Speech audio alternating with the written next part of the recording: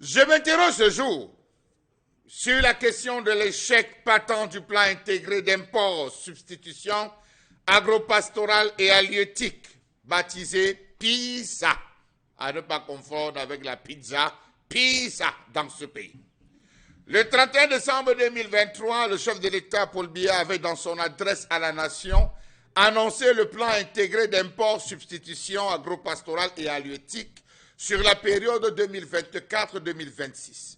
Il avait indiqué que ce plan devrait renforcer la souveraineté alimentaire, réduire l'impact négatif des importations qui entraînent un déficit de la balance commerciale estimé à 1500 milliards de francs CFA chaque année. Écoutez bien ce que le chef de l'État avait dit. Il avait dit que ce plan intégré devait s'étendre et renforcer la souveraineté alimentaire, réduire l'impact négatif des importations qui entraînent un déficit de la balance commerciale estimée à 1500 milliards de francs CFA. On était en 2023. En 2024, tout un ministre du Commerce vient nous poser la question de savoir quels sont les produits que vous voulez voir baisser sur le marché, alors que le chef de l'État, pour une valeur de 1500 milliards de francs CFA, avait annoncé réduire l'impact négatif des importations et la souveraineté alimentaire. Balancez, vous allez vous rendre compte que le bluff est garanti. Pour le lancement de 10 projets, le gouvernement camerounais avait prévu un budget prévisionnel de 1371,5 milliards de francs CFA pour réaliser son plan intégré d'import, substitution agro-pastorale et halieutique sur la période 2024-2026. Comment comprendre que rendu au deuxième trimestre 2024, il n'existe pas de données permettant d'évaluer le niveau d'avancement réel du projet gouvernemental annoncé par le chef de l'État le 31 décembre 2023. Toutes les administrations interrogées, chacun demande de se référer plutôt à la présidence.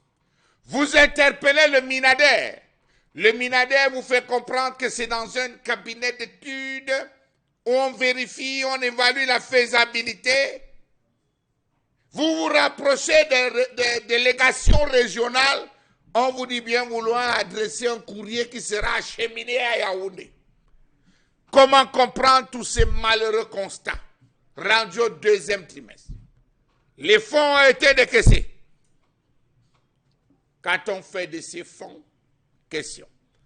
Manque de compétitivité des entreprises du secteur agro-pastoral en raison de l'absence d'une feuille de route rigoureuse. Comment comprendre l'absence systématique des contrats de performance au sein des structures publiques de production, de transformation et de commercialisation? On se rappelle que le ministre des Finances nous avait parlé d'un contrat de performance avec certaines entreprises qui devaient véritablement s'arrimer et donner les performances et les rendements attendus. Mais on nous parle encore d'une absence systématique de contrats de performance au sein des structures publiques de production, de transformation et de commercialisation. On a la CID ici, on a PAMOL, Plantation, on a la SEMRI, on a la UNVDA, on a l'Office céréalier du Cameroun, on a la MIRAP. Ah, on revient encore avec la MIRAP et le ministre du Commerce. Comment comprendre que rien ne soit envisagé alors que la Commission technique de réhabilitation des entreprises du secteur public et parapublic, dans son rapport de 2022, renseigne qu'avec un résultat net cumulé de moins 11,9 milliards de francs CFA, il ressort que toutes les entreprises ont enregistré des résultats négatifs. Et par conséquent, ce projet est monnaie. Il est évident qu'un tel rendement au cours des années d'implémentation du projet supra-mentionné n'aurait qu'un impact négatif alors que des financements sont déjà programmés pour subventionner les 10 entreprises et faire avancer le programme qui au deuxième trimestre n'a aucune donnée disponible. Comment comprendre qu'après de lourds financements, on parle dans le cadre de la relance des filières agro-pastorales de placer sous contrat de performance les entreprises du domaine à partir de 2025. Cameroun, on est fort. C'est à partir de 2025 qu'on va mettre les entreprises sous contrat de performance. Or, dans une circulaire signée le 5 juillet 2022, le ministre des Finances, Louis-Paul Motazi, a annoncé la matérialisation du processus dès le 1er janvier 2023 jusqu'au 31 décembre 2024, soit 2 ans d'implémentation. Comment comprendre qu'on parle de ce plan alors qu'on n'a jamais pensé résoudre les problèmes fonciers qui pourraient être un autre handicap au plan triennal d'import-substitution? Pourtant, c'est un facteur de production incontournable, aussi bien pour l'agriculture, la pêche que l'élevage. Le problème foncier est bien connu au Cameroun. Actuellement, le titre foncier ne garantit rien, car il ne peut être révoqué par le ministre du jour au lendemain. Comment envisager de développer l'agriculture si le titre foncier, qui est l'outil fondamental, n'offre aucune sécurité?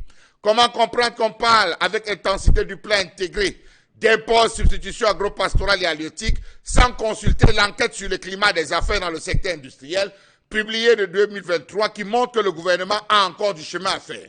Savez-vous que 76% des hommes d'affaires trouvent l'accès aux terres difficile, même si le ministre des Domaines, du Cadastre et des Affaires foncières réplique que des réserves foncières sont mises à la disposition des investisseurs sur le triangle national? Pire, on parle de l'implémentation. À l'heure actuelle, beaucoup d'agriculteurs de l'Ouest, de l'extrême Nord, se plaignent qu'il y aura cette année une grosse perte à cause de la canicule. Ont-ils prévu cela? Les 1500 milliards rentreront-ils en droite ligne dans la préservation, la sensibilisation et des actions directes pour empêcher cette canicule de détruire? Dans tous les cas,